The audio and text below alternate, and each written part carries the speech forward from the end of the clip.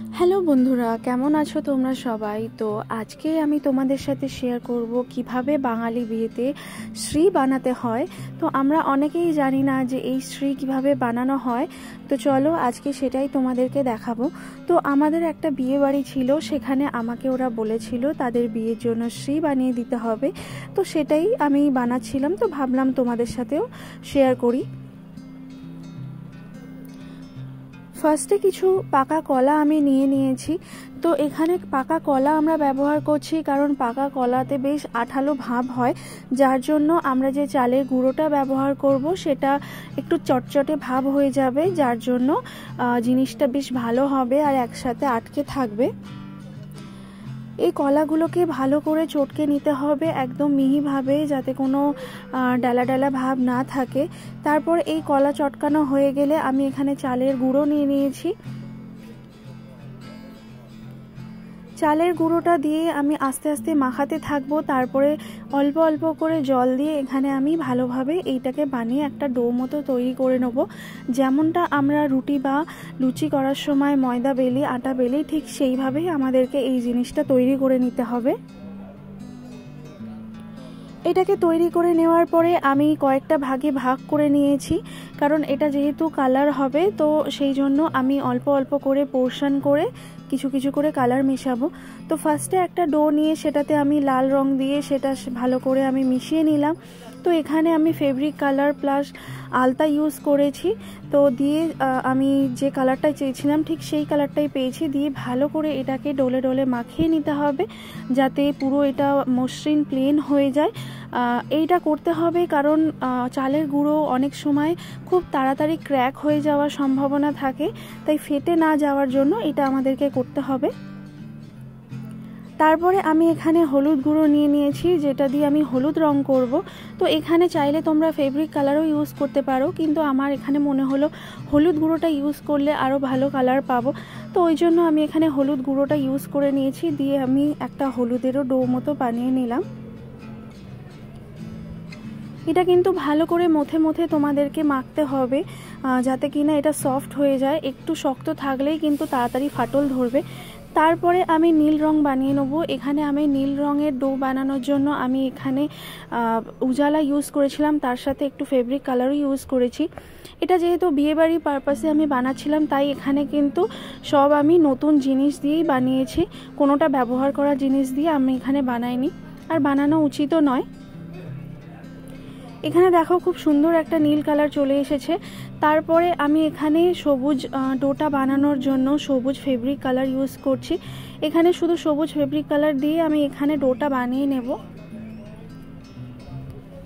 দেখতেই পাচ্ছ কালারগুলো কি সুন্দর এসেছে। এগুলো খুব সহজেই তোমরা ঘরে বিভিন্ন কালার মিশিয়ে বানিয়ে নিতে পারবে তোমাদের ঘরের অনেক সামগ্রী দিয়ে। দেখো আমি এখানে বিভিন্ন রকমের কালারের ডো বানিয়ে নিয়েছি একসাথে। এবার আমাদের শ্রী বানানোর পালা। তো ফার্স্টে আমি এখানে শ্রী বানানোর জন্য একটা নতুন প্লেট নিয়েছি, থালা বলতে পারো। তো কাঁসার থালার ওপরে এইটাকে আগে আমি একটা স্তম্ভ মতো করে নিলাম। আমি যে ডিজাইনটা করছিলাম তার জন্য এই জিনিসটা করেছি। তোমরা যে যেমন ডিজাইন করবে তার উপরে তোমরা বেস ডিজাইনটা বানিয়ে নেবে। তারপরে আমি এখানে একটা লাল ডালা নিয়ে সেটাকে সরু সুতোর মতো পাকিয়ে এটাকে আমি যে স্তম্ভ মতো বানিয়েছি তার চারদিকে বর্ডারের মতো দিয়ে দেব।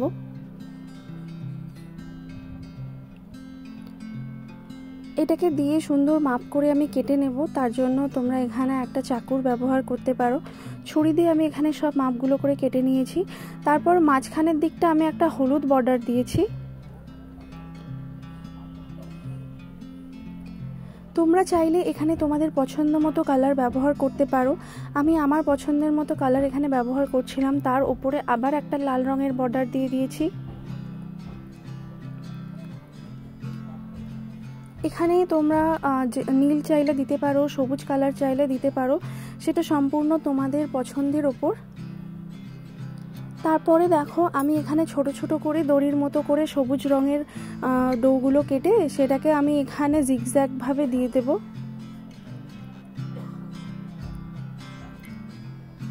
এগুলো একটা তুমি মাপটা নিয়ে নিলে তারপরে ওইভাবে ছুরি দিয়ে কেটে কেটে তারপরে একটু জল লাগিয়ে বসাতে হবে। আর হ্যাঁ, এইগুলো যখনই বসাবে তখনই কিন্তু পাশে একটা বাটিতে জল রাখবে। জল লাগিয়ে লাগিয়ে এগুলো যদি আটকাও তাহলে কিন্তু খুলে পড়ার সম্ভাবনা থাকে না।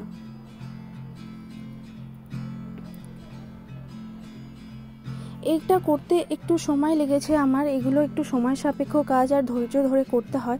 এই যে দেখো কেমন জিগজ্যাগভাবে আমি এটাকে লাগিয়ে নিয়েছি। এগুলো জল লাগিয়ে লাগিয়ে আটকাতে হবে আর আঙুল দিয়ে একটু চেপে চেপে এগুলো লাগাতে হবে যাতে এগুলো খুলে না যায়, কারণ এটা চালের গুঁড়ো দিয়ে বানানোর সময়ের সাথে সাথে এটা একটু ফেটে যেতে পারে। তার জন্য তোমাদেরকে কিন্তু সবসময় জল ব্যবহার করতে হবে।